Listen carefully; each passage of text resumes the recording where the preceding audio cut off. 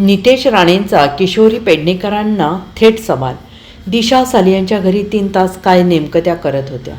दिशा सालियांच्या घरी जाऊन 3 तास किशोरी पेडणेकर नेमकं काय करत होत्या, असा थेट सवाल नितेश राणे यांनी किशोरी पेडणेकर यांना केला आहे। पुढे ते असंही म्हणाले की दिशा सालियांच्या आईवडिलांवर किशोरी पेडणेकर यांनी किती दबाव टाकलाय, किती धमक्या दिल्या, हे दिशा सालियांच्या वडिलांनी सांगितलं आहे।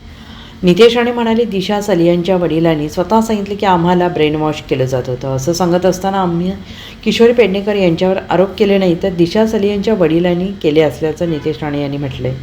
दिशा सालियन ही अभिनेता सुशांत सिंह राजपूतची मॅनेजर होती।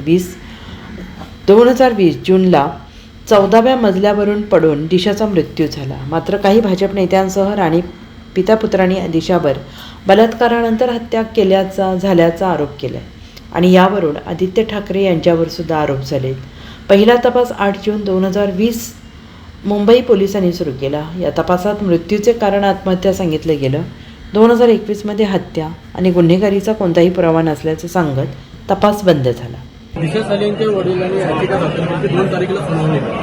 चांगली गोष्ट, स्वागताची गोष्ट आहे। शेवटी हा न्यायालयीन विषय आहे। न्यायालयाने त्या वडिलांच्या पिटिशनला न्याय म्हणजे त्याची नोंद घेतलेली आहे। 2 तारीखच्या संदर्भात दिलेली आहे।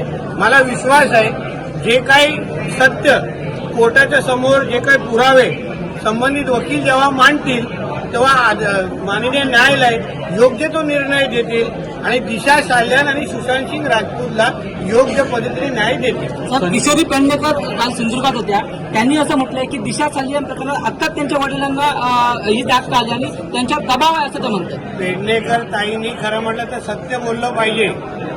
त्या दिशा सालियांच्या आई वडिलांच्या घरी जाऊन 3 तास नेमकं काय करत होत्या, काय किती दबाव तिने टाकले, किती धमक्या दिल्या, त्याच्या वडिलांनीच स्वतः सांगितलेलं आहे की आम्हाला ब्रेन वॉश केलं जात होतं। पेडणेकर ताईवर, किशोरी पेडणेकरांवर आम्ही आरोप केलेला नाहीये, दिशा सालियांच्या वडिलांनी केलेले आहेत। म्हणून त्या संबंधित दिशा सालियांच्या वडिलांनी योग्य ते त्यांना उत्तर देतील। नितेश राणे आहे ना, जो स्वतः डोक्याने खाली असतो त्याला सगळेच मनोरुग्ण वाटतात। आता तुम्ही वेड्यांच्या हॉस्पिटलमध्ये गेलात तर प्रत्येक वेड्याला दुसऱ्या वेळेत दिसतात। तसं युबीटी हे मनोरुग्णात आहे, म्हणून त्याच्यामध्ये संजय राजारावची चूक नाही, तो स्वतःच वेडा असल्यामुळे त्याला सगळेच वेळे दिसत आहेत।